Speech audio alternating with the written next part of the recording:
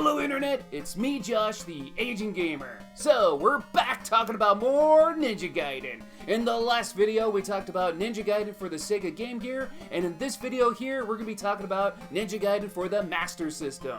This was a game that I feel doesn't get talked about enough, but I suppose it's easy to see why. Ninja Gaiden was developed for the Sega Master System and was released in mid-1992, after both the US and Japan had already discontinued support and moved on to the Sega Genesis and Sega Mega Drive consoles, respectively. This game ended up only getting released in PAL territories. Released in only a certain part of the world after everyone already moved on to the next system? No wonder no one played this game. But we will play it today. Let's see how it holds up. Ladies and gentlemen, this is Ninja Gaiden for the Sega Master System.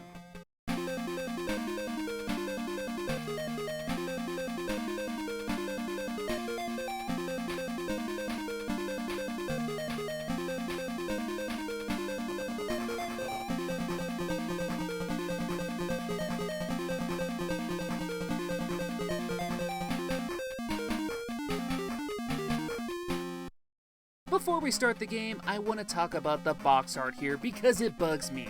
See this? This is the box art. There's actually nothing wrong with the artwork itself, except for the fact that Ryu doesn't use that scythe at all, and that dragon is nowhere to be seen. But now look at the art for the US release of Ninja Gaiden for the Game Gear. Yup, that's the exact same artwork. What is up with Ninja Gaiden games reusing box art? The same thing happened with Ninja Gaiden 1 and Ninja Gaiden Shadow. That's lazy! And what's even more odd is that there was an alternative art that they could have used for all the international Game Gear releases. That game had this box art released in Japan, but everywhere else got this one. But even if the Game Gear version stuck to one art, this art used for the Sega Master System game was made specifically for the Game Gear version, as demonstrated by the boat on there. They ever so slightly cropped it out for the Master System release. Again, it's just lazy. Even Ninja Gaiden Shadow could have gotten away from reusing box art if they would have used the Japanese or European artwork. Blah, whatever, let's get to the story. So, one day, Ryu was out having a nice day of killing. When he returns home, he finds everyone in his clan are dead. Ryu discovers that his clan's sacred Bushido scroll, a scroll of tremendous ninja power, has been stolen. And as we progress through the game, we run into enemies and henchmen that'll lead us to our next destination. And eventually, we find our big bad at the end, which, like every other Ninja Gaiden game, is some sort of demon with plans of world destruction. In this game, it's the Shogun of Darkness that must be stopped. I think it's important to note that just like Ninja Gaiden for the Sega Game Gear, Tecmo had nothing to do with this game. They licensed out the Ninja Gaiden property to Sega to publish and develop. So, yeah, this Ninja Gaiden game has nothing to do with any of the others. We start the first level and some fat dude confronts us. Let's kill him, or I guess go through the level first. This actually happens at the beginning of almost every act. You see the boss in the opening cutscene, but then you have to go through a whole level just to fight him. Minor nitpick, but why not just place the cutscene before the boss fight itself? So let's start. The controls here are close to the NES counterpart. D-pad to move around, down to crouch, press 1 to attack with your sword, and press 2 to jump. Unlike other 2D Ninja Gaiden games, Ryu cannot climb up and down walls. Instead, press the jump button again when touching the wall to do a wall jump. Also in this game, Ryu can grab onto certain objects. He can't shimmy left or right, but he can hold on, and then you can pull yourself up. Pressing both 1 and 2 at the same time will cause Ryu to use a desperation attack that kills enemies on screen. But it also takes about a quarter of your health. Don't bother doing this during bosses either, because it will take only a single hit point off of them. Ryu's ninjutsu skills of course make a return as well. There's the shuriken that can be thrown ahead of you, a super shuriken that's much bigger and costs more energy to use, there's also the 4-way whirlwind that shoots out in 4 different directions, and there's fireballs that home in on enemies on screen. And last, there's Ryu's invincible power-up, the Fire Wheel. So, all in all, Ryu does everything Ryu should be able to do. The gameplay is very familiar, with the biggest difference being something you'll notice right away. Ryu is fast, like he runs really fast. It's not game-breaking whatsoever, but if you're a hardcore fan of the other Ninja Gaiden titles, it might take some time to get adjusted to, as this can really affect your jumping. It's just a bit different. Again, this game was developed by an entirely different team, but the controls here work. Throughout the game, we'll go through 8 chapters, with each level taking place someplace completely different. The level designs here were developed more like how the NES Ninja Gaiden games were, rather than what we saw Sega do with the Game Gear title. The levels are longer, have multiple sections to them, contain more traps and gimmicks, and have lots and lots of frustrating moments. Let's kind of go through them. The first stage has us in a forest where we dodge sneaky green ninjas, classic cartoon bombs that'll blow up when you get near, and also death pits. We fight that sumo dude at the end who attacks by running back and forth, you know, like an idiot. He slams so hard into the walls that ninjas fall. Hit him when you can and kill him.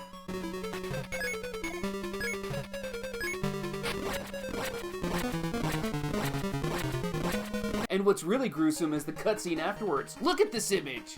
In the fight, I stabbed this guy to death, and this cutscene sure as shit makes it look like I did that. While it's nothing to bat an eye at today, how many other games in 1991 showed bloody corpses like that? The second level has us in Tokyo, in front of a Sega warehouse no less. You'll have to fight deadly civilians, which also includes an enemy with an energy blasting camera. You'll also see the return of one of the most fiercest enemies in the whole Ninja Gaiden franchise, birds.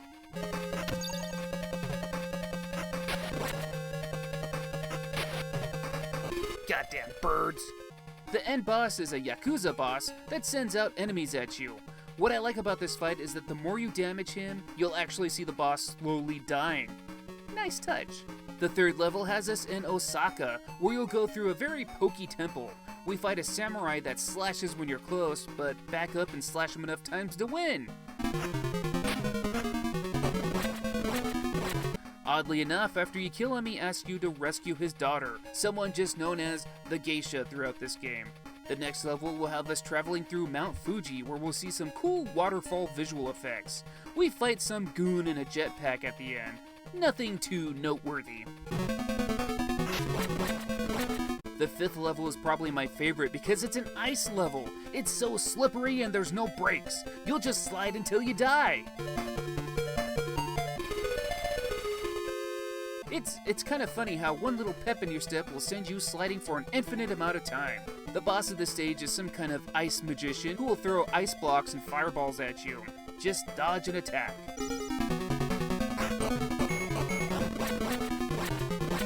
The sixth stage has us in a cave with rising and falling lava.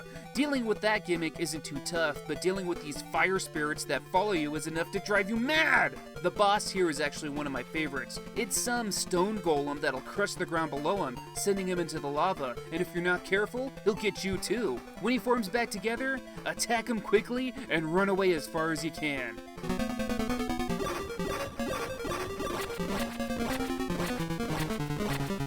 The seventh stage, technically the final level, has us in a frustrating temple with dangerous fire vacuums, deadly spikes, disappearing tiles, and just about everything else you can hate. It's what you would expect from a last level. You'll fight some kind of kabuki guy that throws his mask, as well as fans that will follow you. I had a tough time with this boss. I ended up just doing that technique where I just take the hits but try to damage him faster than he can damage me. It works!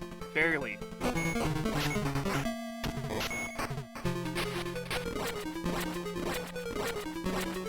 And now to the final chapter. We fight our big bad, the Shogun. He menacingly walks towards you and slams down his sword, causing fire to emerge from the ground. Jump to the walls and try to attack him when there's an opening. It's tough, but I get through.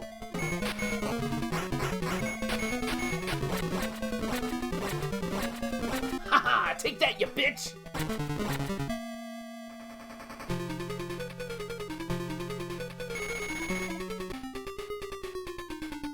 Ah, shit, of course he has a second form. I'll be honest, I have a really tough time with this fight. I can't beat him.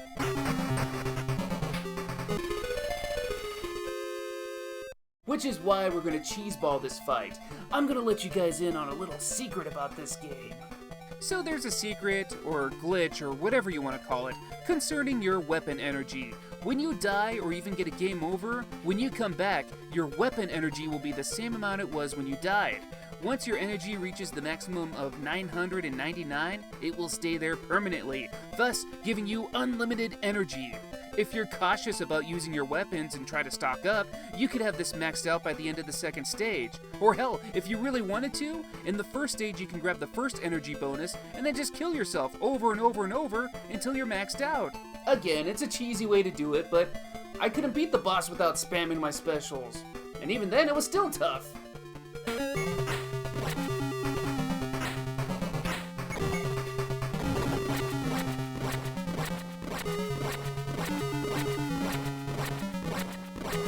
So if you beat the boss, we'll see this awesome image. How gruesome. Again, these cutscenes are just fantastic. Ryu saves the geisha and they watch the destruction of Shogun's temple, and the game ends. So that's Ninja Gaiden for the Sega Master System. Overall, how do I feel about the game? Well, I haven't played a majority of the Sega Master System games out there, but I can easily say that this one is my favorite. This game is top-notch platforming goodness. At this point in time, I'm not sure where I would rank it on my list of favorite Ninja Gaiden titles, but it's definitely good. It plays really well, and it looks really good too. The visuals here are fantastic. The graphics take inspiration from the NES titles, but it's a lot more vibrant and colorful. The motions are so smooth for a Master System game too. And the music isn't too shabby either. It's very in line with the other Ninja Gaiden games. Overall, this game is just the complete package. And you know, this game could have easily passed as an early Genesis title. I'm actually kind of surprised the game didn't get ported over to the Genesis or Mega Drive. I mean, Ninja Gaiden 3 only came out a year prior, so the series was still hot. I mean, this game looks better than the slop job Tecmo did with the Ninja Gaiden trilogy for the Super Nintendo, and that released in 1995, whereas this game was developed in 1992. If this game got ported over, it could have been a big hit, instead of being relatively unknown. How sad. A bit of trivia though, there was a Ninja Gaiden game in development for the Genesis that was closer to the original arcade title. It got cancelled for some reason, but the broken ROM was dumped online. I'll have to go over it sometime.